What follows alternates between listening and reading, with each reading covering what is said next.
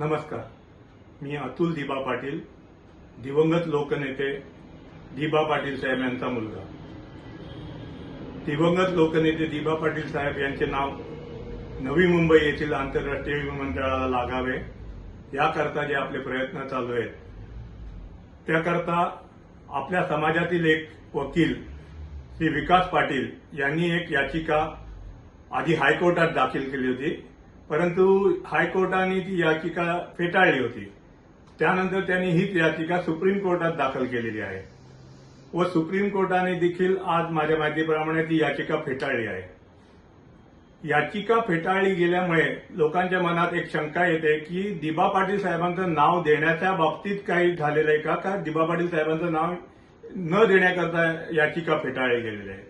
खरं सांगायचं म्हटलं तर याचिकेचा आणि दिबा पाटील साहेबांच्या नवी मुंबई आंतरराष्ट्रीय विमानतळाला नामकरणाचा त्याचा काही एक संबंध नाही आहे.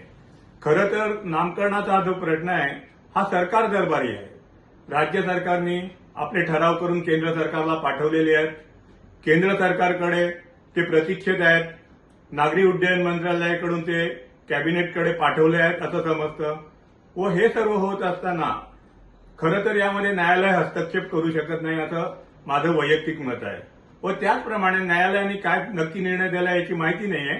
परंतु त्याचप्रमाणे न्यायालयाने ही याचिका फेटाळली आहेत काय फार मोठी नवलाची किंवा अशी विशिष्ट गोष्ट असं म्हणता येणार नाही.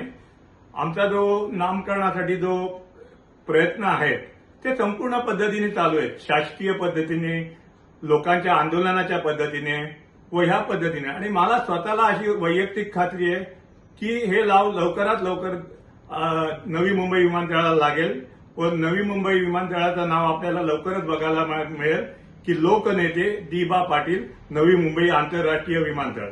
तरी लोकांनी याबाबतीत कुठल्याही प्रकारची शंका मनात आणू नये व पुढील जी काही पावलं या नामकरणासाठी आपली उचलली जातील त्यात आपला सहभाग जास्तीत जास्त संख्येने नोंदवावा अशी मी आपल्याला एक दिबा पाटील साहेबांचा नातेवाईक किंवा मुलगा या नात्याने विनंती करतो. नमस्कार.